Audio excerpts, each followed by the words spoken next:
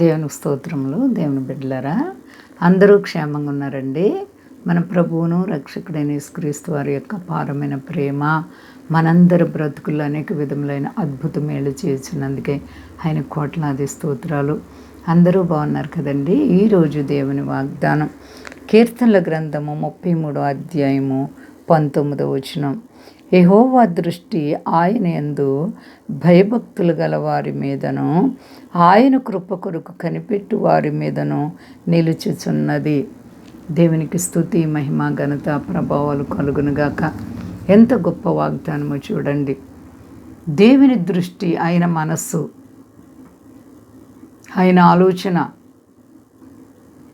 ఆయన యందు భయభక్తులు గల వారి మీద ఉందంట. ప్రియ సహోదరి సహోదరా, నీవు దేవుని యందు భయభక్తులు కలిగి ఉన్నావా? ఏ పరిస్థితుల్లోనూ కలవరపడకుండా నీ చింత యావత్తు దేవుని మీద వేసుకున్నావా?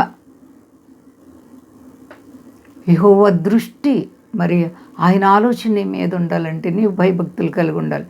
చెడుతనాన్ని విడిచిపెట్టాలి. పవిత్ర హృదయాన్ని కలిగి ఉండాలి. నిర్దోషమైనటువంటి జీవితాన్ని కలిగి ఉండాలి. యోబు చూడండి, ఎంత యథార్థవంతుడో. దేవుడు యోబుని విడవలేదు, అలాగే నిన్ను కూడా విడిచే దేవుడు కాదు. మరి నీవు ఆయన మీద మనసు పెట్టుకున్నావా?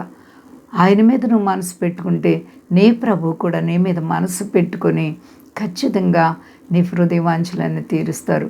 నీ వ్యాధి, బాధ, కష్టం ఏ పరిస్థితుల్లో నీవు ఉన్నా, నేనున్నాను బిడ్డ, భయపడకని నీ కుడి ప్రక్కకు వచ్చి ఆయన నిన్ను ఆదుకొని మరి నీకు సహాయం చేసే దేవుడు.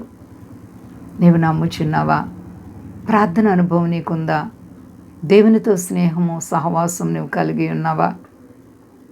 అలాగైతే దేవుడు నీ తలను పైకెత్తబోతున్నారు. ఎంత గొప్ప దేవుడు అంటే, ప్రేమిస్తున్నటువంటి మహాదేవుడు. చూడండి, ఆయన కృప కొరకు కనిపెట్టు వారి మీద ఆయన యొక్క కనుదృష్టి ఉంటుందన్నమాట. మరి ఆయన కృప కొరకు కనిపెట్టుచున్నావా నీవు? ఆయన కృప కొరకు కనిపెడితే ఆయన మనస్సు నీ మీదే నిలిచి ఉంటుంది. బెదిరిపోకు ప్రియ సహోదరి. కష్టాల్లో భయపడకు, జంకకు. దేవుడు అన్నారు, భయపడకు, నేను నీకు తోడై ఉన్నానని. కాబట్టి నీవు భయపడే పని లేదు. కష్టాలు, బాధలు వచ్చినప్పుడు విశ్వాసి యొక్క ఆత్మీయ జీవితం మరింతగా బలపడి దేవునికి నీవు దగ్గర అవుతావు. నీకెప్పుడైతే శ్రమ వచ్చిందో అప్పుడు నువ్వు మరింతగా దేవునికి దగ్గర అవుతావు. శ్రమలు సహించడం క్రైస్తవ బిడ్డల యొక్క లక్ష్యం.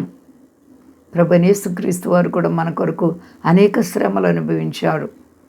ఆయన అనుభవిస్తూ ఆయన శ్రమలలో మనము కూడా పాలివారమై ఉండాలని పౌలు గారు హెచ్చరిస్తున్నారు. కాబట్టి ఆత్మీయ జీవితాన్ని సరిచేసుకో. కుడి ఎడమలతో ట్రిల్లిపోకుండా భక్తిలో స్థిరముగా ఉండు. నీ కన్నీళ్లు తొడవబడతాయి.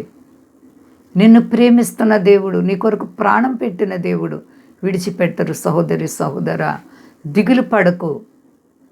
నేను నీకు సహాయకుడిని అంటున్నటువంటి దేవుడు చెయ్యి విడవరు. ఏ విషయంలో భయపడకుండా అంతా క్షేమంగా ఉన్నారండి. ప్రార్థించుకుందాం. ప్రేమ నమ్మకమైన మా తండ్రి, నువ్వు ఎంత గొప్ప దేవుడు ప్రభువా.